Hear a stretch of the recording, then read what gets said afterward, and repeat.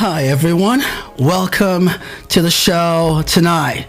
My name is Jay Sleem and you're tuned in to Love, Passion, and Lifestyle. Today I have a very good friend in the house tonight. That's Precious, and she has a lot to talk about traveling. But hey, I'll let her do the talking. Precious, welcome to the show. Thank you for having me on the show. And I think today's topic is traveling as a lifestyle. It's a lot to talk about that, but Right. I'll let you push the flow. Otherwise, I would talk for the rest of the night. Okay, let's start with tell us a little bit about yourself. I would say I'm a vibrant person, creative. I like to do things with my hands. So I do a lot of crafts. This part of me some people don't know. So like I can do beads stuff, knitted stuff, crafty things. I can fix an IKEA bed by myself.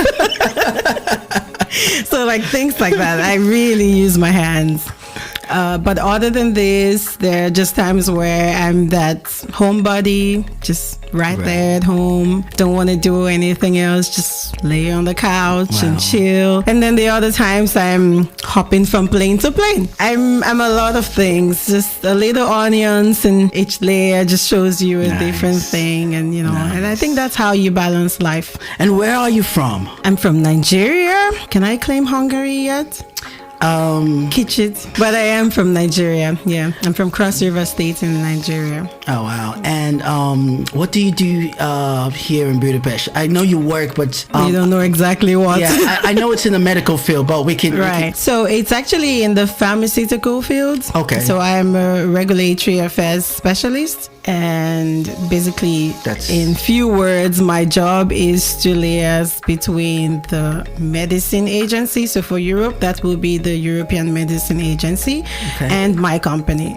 Wow. So for those in the US, it will be FDA, between them and the company. Let's talk a little bit about your love for traveling. How did this start? I think my love for traveling came from satisfying a little need that was not achieved as a child or like growing up. So my family didn't travel that much. So I'm not that kid that's going to say, oh, every summer we went here or there or whatever.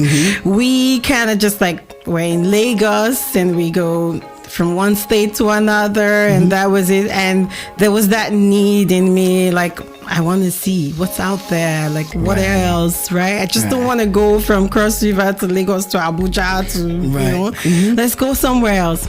So while I was schooling in Abuja, I had the chance to join an organization, and from there I started to meet other people. So like I had interns from everywhere: China, Philippines, Germany, Netherlands.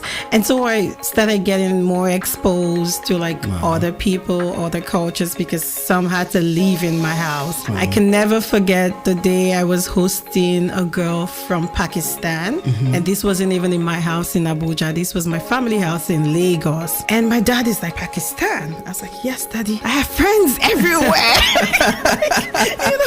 And he always said, the amount of money you travel with, you could build a house in the cloud. So I just exposed myself to these people, and I tried to like, okay, if I could travel, I would travel. So it started from within, from Cameroon, or from Ghana to all the little countries in the west of Africa. I did an internship in Cote d'Ivoire for 3 months, and then to Cameroon, and then it just sprung up from there. Do you speak some French? Oui. I did French at the Alliance Française in Lagos, and then I did German at the Goethe Institute. Wow. And now Hungarian. Wow. But it all started from there. So having the interns and being in this organization that allows me to meet the different people, and also the chance that I could travel to other places for conferences or meetings and things like that. And I thought, if I can afford it, why not? Why not? Yeah. I think I can count 35 or 37 countries so far. Yes. What impact has traveling had on your life? One thing I always tell myself is every time I travel, I just get to see more and more how tiny I am, just the small space I occupy. You go to some places and you're forced to kind of compare, like, oh, how is it back at home in Nigeria to how is it in Budapest to how is it in anywhere in the Scandinavias, or if you go to Asia or somewhere. And then after all that, you just realize that I don't even know anything. Like, I'm so small, like this tiny me. Like, what? Don't even try to be like big or booga or anything. You're so small. Stay humble. What is this? So like, it always reminds me, like, there's a lot out there that you don't know about. And this is a thing, when things are not in your purview, you're not pushed to learn about it. No one is sitting in Nigeria and trying to learn, how is the food in Philippines tasting like? Right? No one is trying to do that, like, get to know the small details. And when you travel, you see these things and you're like, wow, it's a big world, yet it's really small. How do you decide where to go and what to see? Money. Okay. Where to go is determined by my pockets. Right. So because, for example, because we're in the Europe, budget airlines like Ryanair, Wizz Air, and the rest, they can help us. But imagine if I want to go to Bali. That's a whole different... Right. So I really have to plan. I really have to save. And if I really want to go somewhere, then of course I just walk towards it. I start to put the money down gradually. Once you get the flight out of the way, you get the hotel, and you're like, okay, the rest of the saving is pocket money. Right. Okay.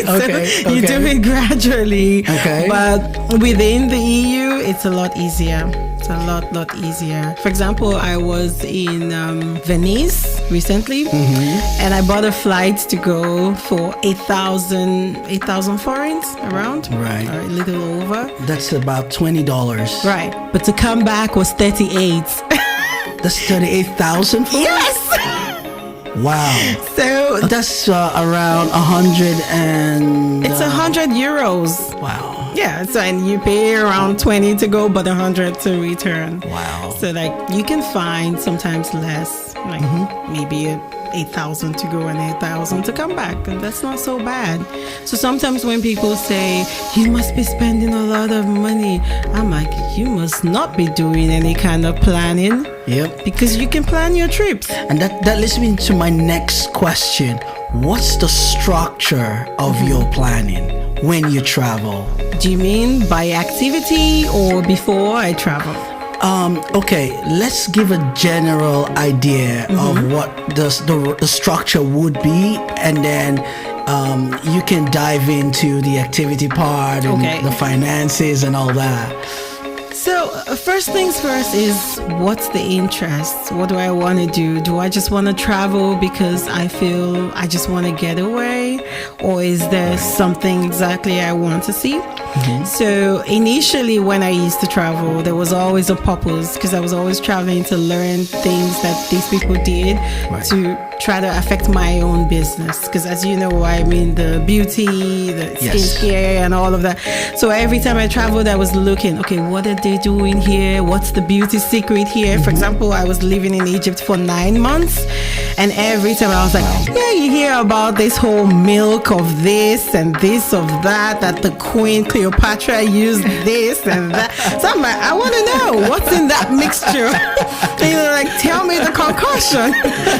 So I was always trying to probe, but you just will never find everything. But you can find that in some places they have the things that they believe this is the root of our beauty. You know. And so I was traveling to discover like these things, right? So if you come in Africa, there's a lot of things. In Ghana, they'll probably say, oh, shea butter. And here in Morocco or somewhere, they say argan oil. And here, oh, olive oil in Palestine. And so in different places, they have that one thing that they're like, no, we can't do without this, right? And so that was my first, like, I want to find these things.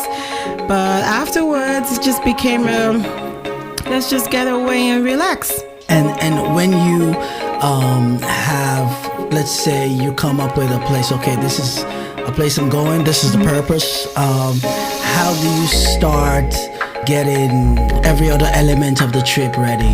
This question has two sides to it because, for example, if I'm doing a solo trip, Right. it's different from when I'm traveling with the girls or with someone else. Right. So if I'm doing a solo trip, it's me. It's like, okay, I don't want to be stressed. I can sleep till 10 a.m. I'm not in a hurry to chase the sun Right. or anything else. I just want to chill. Right. Okay. So I go, and most of the times I try to see what do they have, museums, monuments, what are the tourist things, which half the time I don't necessarily go in, but I just want to see what's the building like. Is it pretty? Go on the streets. In Italy, I always end up going shopping. I don't know how, but everywhere in Italy, I go shopping. But everywhere else, I want to see what's the culture like. So you go on the streets. I don't really go to malls when I travel. I don't know why I need that. But I can go to the museums, some monuments, some tourist attractions, churches. I usually go to the churches and cathedrals.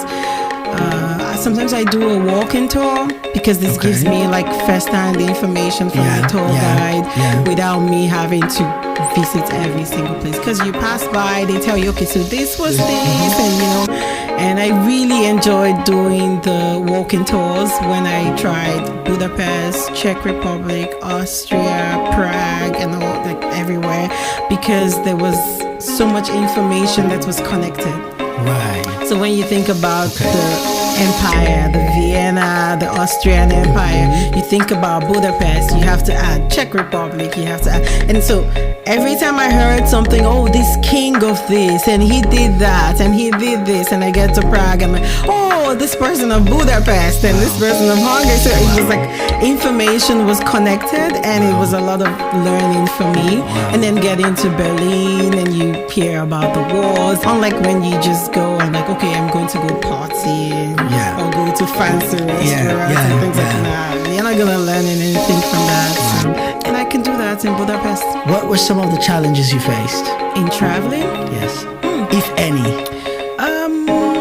Mostly it will be language in other countries. Every time I think about a city, I'm thinking, how can I just manage myself without having to need somebody or need translation?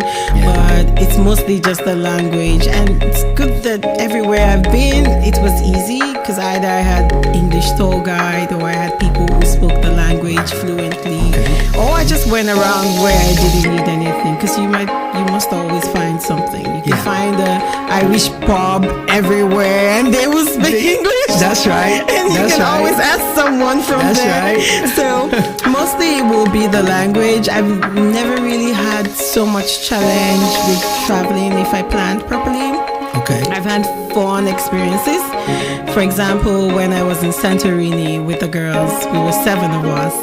And I have stories from that place that I would never forget because it was a lot fun to travel with a group, but I didn't think about the consequences that comes with the transportation inside, moving these people from one place to another. And I was the host, so I did the whole airport planning, pick up shuttle, everything. We always needed 2 taxis every time. So if I called one, I'm like, bring someone else with you as you're coming. Wow. And one night we went to the beach, Kamari Beach. I cannot forget. It was the black sand beach. So we had fun. We were on the beach till late and coming out at 8 p.m. And we're like, where's the bus to take us back? There's like, no more bus. Huh? We met this man on our way to the beach who was really kind, and he told us, he has a shack at the beach and he had a shop and food and everything. And outside of the beach he had a supermarket with his wife, and his son had another shop where they rented out quad bikes. But we had to walk back to him and he was closing. There was no chance that we could get anything from him. And he said, okay, I take you to where you can take a taxi. So I asked him, I said, can I see your car? He had a 1-door RAV4 and we're 7 girls. Oh my God. I can never forget. Like, like we struggled to fit in that car. All 7 of you did All fit in? 7 of us. No We way. No, but got home and we Wow. laughed so hard. We're like, so like when you travel, you kind of like gather memories like this. Yeah. It doesn't matter if you do it alone or as a group. You find things that just help you relax and find fun. I'm not a nightclub person, so I can barely say, oh, I went partying here or there. But Right. I catch memories from everywhere. It doesn't have to be a thing or person. It could be a food. And when I travel, I don't collect shirts or mufflers or caps or mugs. I only collect fridge magnets. So just collect exactly what is small enough. Right, right. So my fridge is like It must be like a lot. Yep. And how do you combine traveling with your current... Many things. Yeah, everything going on in your life at the moment. How do you do it? Planning. Okay. That's it. That's all I can say. I've had times where I did spontaneous travels. I just want to go somewhere. Okay, what's available? And you just go. But every other time, there's like a plan. But before that, I would travel for my birthdays. I will combine cities. So one time I did Budapest to Milan to Copenhagen to Malmö. Where did I go? I think Finland, and then back to Budapest. Wow. So in one trip of spending like 2 days in each place, I did covered 4 cities, right? And then another time I did Budapest, Bratislava, Vienna, Czech, Berlin, Budapest. So in between, I could just run Flixbus for 2-3 hours, Yeah. get to the next city, and then the keep next moving. city, and then I can fly back, you know. Wow. So because of course I'm going farther away, Yeah. so it's a lot harder to come back by bus, and I can cover more towns in a short time. Wow, that's amazing. So it's really in the planning. I mean, but if you don't like to travel, normally it doesn't matter. The plans won't work.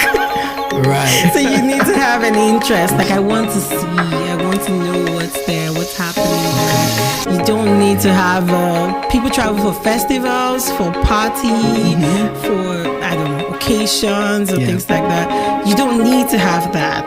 If you're really interested to just say, okay, I just want to see what's this city about. And you can Go. Yeah. Flixbus to Vienna is 2 hours. Yeah, I think And so. it costs what? Less than 10,000? Actually, maybe like 3,000 or something like that. I think the last time, probably, somewhere around there. You're right. So with 3,000, what's the excuse? Yeah, right. What's the excuse, really?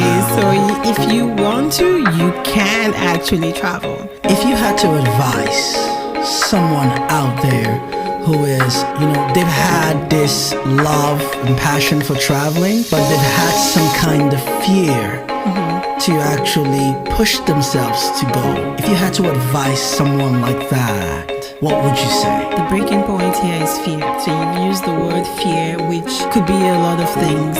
People can have fear for anything. It could be from some trauma. It could be from the scarcity mindset. It could be from anything. So the main thing is understanding what is this fear originating from. So if it's a scarcity mindset problem, that might be manageable because they just need to get some pep talk and see someone else do it with a little budget, and then maybe they can try. But if it's coming from trauma, you need a therapist, because if you're afraid because you traveled before and maybe there was a flight crash fear or something, then that's not something we can easily just pull out of you. You need reconditioning, to be able to get past that. So it's a lot different. So when there's fear, first is finding what is the root of the fear. That's it.